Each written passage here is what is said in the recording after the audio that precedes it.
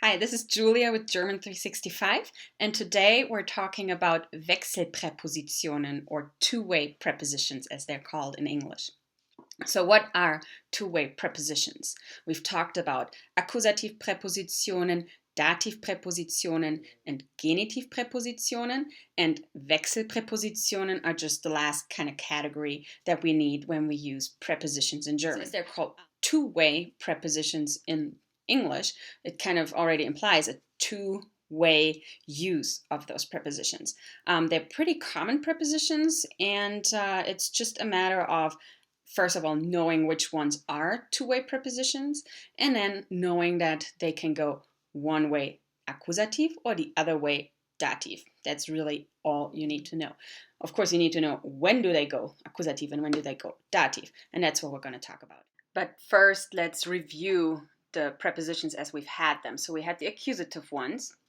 Here you see a list again. And we had the dative ones, another list for them. And then we also talked about the genitive ones. So first of all, you got to know them. And then you add the last category, the two-way prepositions, to the whole prepositions that you know. And then we have the dative ones, which are used when the situation is static, and the accusative ones, which are used when the situation implies movement. And we'll talk about that in more clarity. But here again, remember the changes that we see in case are in accusative only the masculine singular changes for the article. And that doesn't only apply for the definite and indefinite articles. It's all the der and ein words that have those changes. And then the genitive. The good thing for the two-way prepositions is we only need to know accusative and dative. All right, so let's look at a couple examples here. So if we have the preposition in German, which means in for the most part, we can say something like, ich tue den Baustein in die Box. So we saw that there was an action, an active movement going on. Yeah? I was putting something inside the box. Right now we see, der Baustein ist in der Box. There's no movement anymore. It's in there. Okay. So did you hear the differences that I used in the cases? Ich tue den Baustein in die Box. Die, Akkusativ, Movement. And now der Baustein ist in der Box. Static, dative. Okay. So die Box stays accusative, die Box, for the movement that we discussed, and then it is dative with der when it's static. That's one example. So we could also say something like, ich hänge das Bild an die Wand. Something like that. Aha.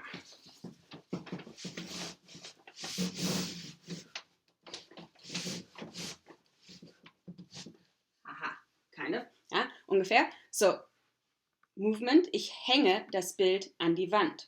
Okay, and now it's static, so we say, das Bild hängt an der Wand. So we have again, die Wand, the wall, is the feminine article. Ich hänge das Bild an die Wand, active, so movement, accusativ, and then it's hanging there. There's no movement anymore. It's static, so das Bild hängt an der Wand.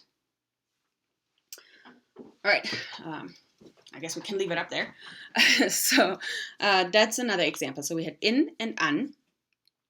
What else could we do? Oh, all right. We could have something like, these are all my baby's toys here. Der Hase, der Hase springt über die Box. Der Hase springt über die Box. The rabbit is jumping over the box. Okay, and this one can't really be static, like he can't be jumping and not moving. Okay, it's an active action word. So there's some verbs that just simply require the accusative simply because they're active. They imply the movement to be.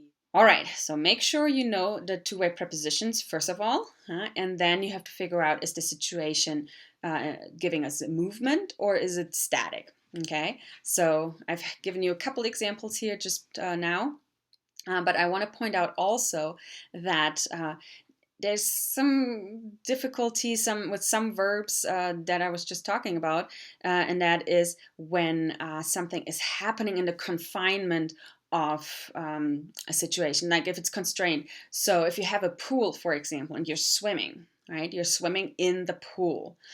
You would think, oh, that's movement, I'm swimming, right? But watch out, it's a little bit more complicated here because you're in the confinement of the pool. It actually is kind of considered static because you're not leaving the pool, okay? You're in there. So then it's going to be dative. Okay. Similarly, if you're climbing on a wall, okay, then it's also on that confined or constricted area of the wall, and then it's also dative. Yeah? And there's no such thing as swimming into the pool or climbing onto the wall, unless there is like a river leading into a pool area or something like that. But that's getting a little more complicated here again. But in general, if the movement is happening in a constricted area, the confinement of the wall, the pool, then you're still using dative. Other than that, you will be using accusative because you are showing the action and the movement going on.